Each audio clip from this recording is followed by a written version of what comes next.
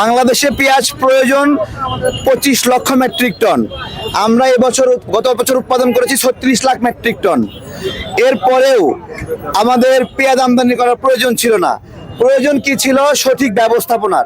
আমরা সেই সঠিক ব্যবস্থাপনা করতে পারি নাই, তাই এগুলো পচে গেছে, কষ্ট হচ্ছে আমাদের কথা বাংলাদেশে পেঁয়াজ সংরক্ষণ করার জন্য, টমেটো সংরক্ষণ করার জন্য, কাঁচামরিচ সংরক্ষণ করার জন্য ওই ধরনের স্টোরেজ ক্যাপাসিটি তৈরি করতে হবে। এগুলোর দিকে গুরুত্ব দিতে হবে। এইগুলোর দিকে গুরুত্ব না দিয়ে হাসিনা সরকার তার বাবার জন্য 4,000-5,000 কোটি টাকা দিয়ে তারা বিভিন্ন কিছু করছে, ভাস্কর বানাইছে, ছবি বানাইছে, মুরালি বানাইছে, এগুলো বানায় টাকাগুলো নষ্ট করছে।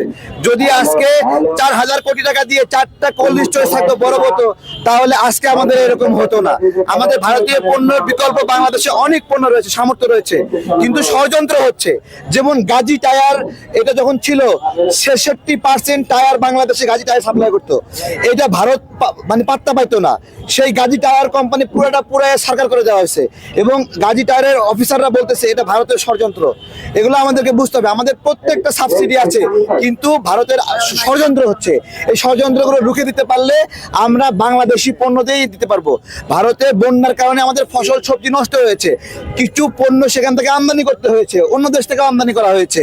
এখন ভারতের দালালরা আমাদেরকে বলছে পেঁয়াজ আমদানি করছে, এখন বয়কট করো, এগুলো বলছে। তো আমরা স্পষ্ট করছি যে আমরা সক্ষমতা অর্জন করব। গো ব্যাক গেট আউট ইন্ডিয়ার পক্ষ থেকে আমরা এই ভারতীয় আগ্রাসন, হিন্দু নয় হিন্দুত্ববাদের বিরুদ্ধে আমাদের এই সংগ্রামটা করে যাচ্ছি।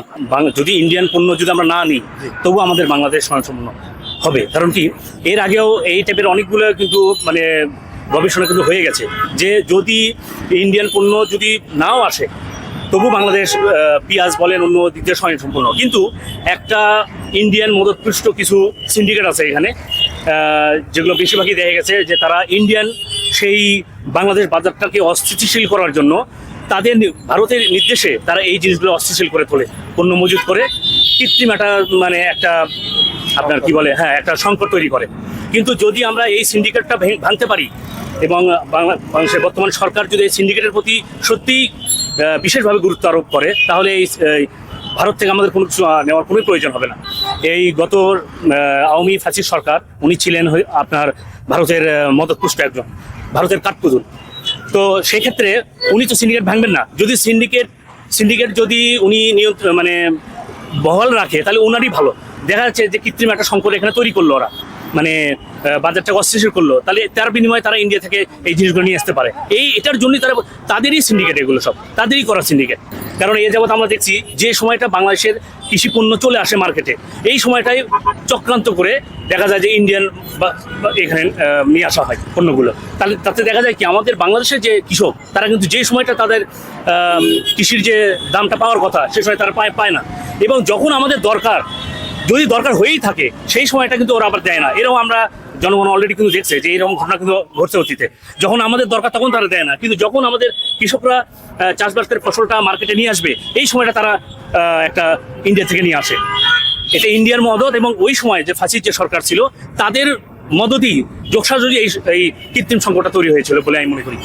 না, এই কথাটা আমি আসলে মনে করি না যে ইন্ডিয়া আমাদের বন্ধু রাষ্ট্র। যদি আমরা এটার ইতিহাসে একটু ব্যাকে যাই, 1947 থেকে যদি আমরা শুরু করি, ইন্ডিয়া যে বাংলাদেশের যে সহযোগিতা করেছিল, এটার পিছনে তার একটা বৃহৎ উদ্দেশ্য ছিল। কেন উদ্দেশ্য ছিল? তারা যেহেতু ইন্ডিয়া পাকিস্তানকে খুব ভয় করে, যদি তারা এটা ভাবছে যে যদি এই বাংলাদেশকে ভাগ করা যায়, অর্থাৎ পূর্ব পাকিস্তান এবং পশ্চিমবঙ্গের মধ্যে যদি ভাগ করে দেওয়া যায়, তাহলে তাদের জন্য সুবিধা। যদিও যদি ইন্ডিয়া সাহায্য নাও করতো, তবু কিন্তু আপনার এই বাংলাদেশ একসময় অবশ্যই স্বাধীন হতো। কারণ সংস্কৃতি এবং এদের পাকিস্তানের সঙ্গে কিন্তু আমাদের কোনোই মিল ছিল না, এটা হইতো। কিন্তু এই সুযোগটা নিয়েছিল ইন্ডিয়া, আমি মনে করি। এটা তাদের সাথে এটা আমাদের বন্ধুত্ব, তাদের সঙ্গে আমাদের বন্ধুত্ব রিলেশন, এটা বলে কিছুই ছিল না, আমি মনে করি।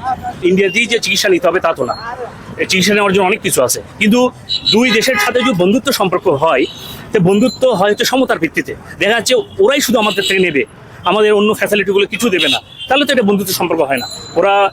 ভারত আজ থেকে 15-16 বছর বা তারও আগে থেকে ওরা সবসময় নিজেরটাই ভেবে গেছে। কিন্তু আমাদের এই দেশের তৎকালীন যারা সরকার ছিল, ভারতের মদতপুষ্ট যে সরকারগুলো ছিল, তারা তাদের সুরেই কথা বলে গেছে।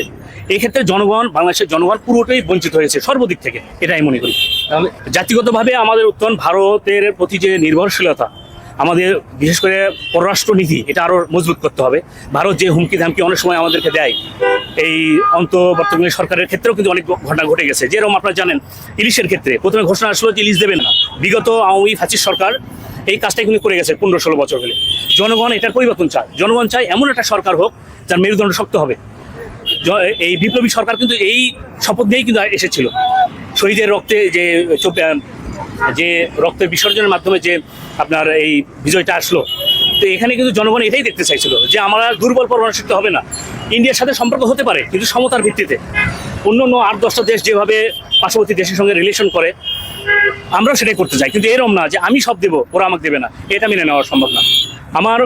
আমি যেটা মনে করি, এই সরকার অবশ্যই জনগণের পালসটা বুঝতে হবে। এই সরকারের এটা সবসময় আমলে নেওয়া দরকার, কোন শপথের ভিত্তিতে বা কোন রক্তের বিনিময়ের ভিত্তিতে এই সরকার গঠিত হয়েছে।